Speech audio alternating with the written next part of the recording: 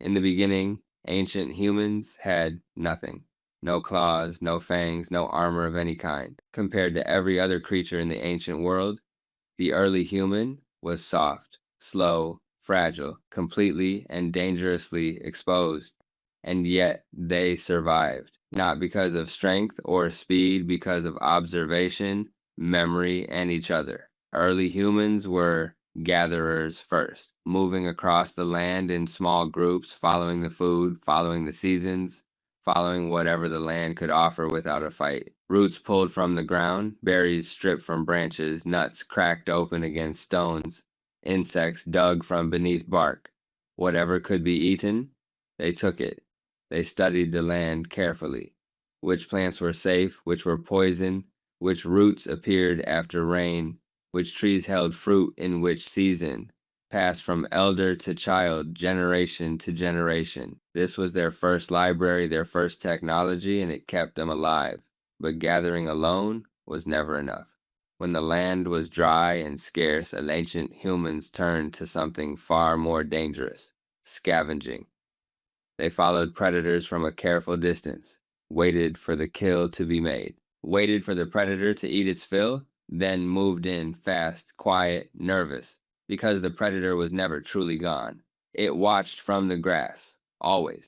Ancient humans at this stage were not hunters. They were the hunted. Move too slowly, starve, move too boldly, be eaten.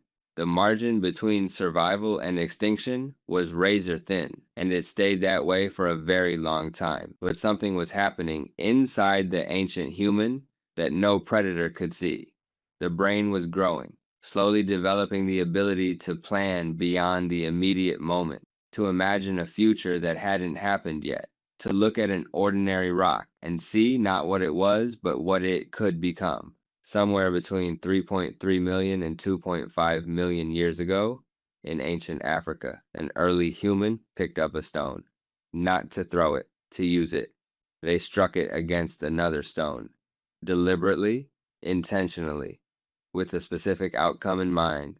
And when the two stones collided, a sharp flake broke free, sharp enough to cut, sharp enough to scrape meat from bone, sharp enough to split hide. These first stone tools were discovered at a site called Lomekwi in Kenya, an animal reshaping its environment not by force, but by thought, by mind directing the hand. And once that understanding existed, it never went away. The first weapons did not arrive suddenly. They evolved over millions of years of trial and error. Ancient humans learned to select the right stone: flint, obsidian, quartzite, stones that fractured predictably, stones that produced a sharp, clean edge, rather than crumbling into useless fragments. They transported specific stones across many miles, choosing the right material over the convenient one. This was not instinct. This was knowledge, passed from hand to hand across generations. The ancient human held the core stone in one hand, struck it with a hammerstone at a precise angle. Too hard, the core shattered. Too soft, nothing broke free. The angle had to be exact. Reading the grain and structure of the stone, the way a carpenter reads wood. When done correctly, a thin, sharp flake separated, capable of cutting through hide, meat, and sinew. Around 1.76 million years ago, the Ecolian hand axe appeared, symmetrical, shaped on both faces, requiring dozens of precise strikes to produce. It fit the hand. It held an edge. It could butcher large animals, dig into earth, scrape hides, and chop through wood. And then, around 500,000 years ago, ancient humans attached stone points to wooden shafts. The spear, the first true weapon, designed not just to cut, but to kill, to reach across the distance between a human and a predator without entering the most dangerous space. The spear changed the equation completely. The spear changed the equation completely. Before the spear, ancient humans scavenged the leftovers, survived at the edges of the food chain. They gathered what the land offered, never truly commanding it. After the spear, they hunted, not just small animals. They hunted the large ones, the dangerous ones, mammoths, giant elk, ancient bison, animals no single human could challenge with bare hands.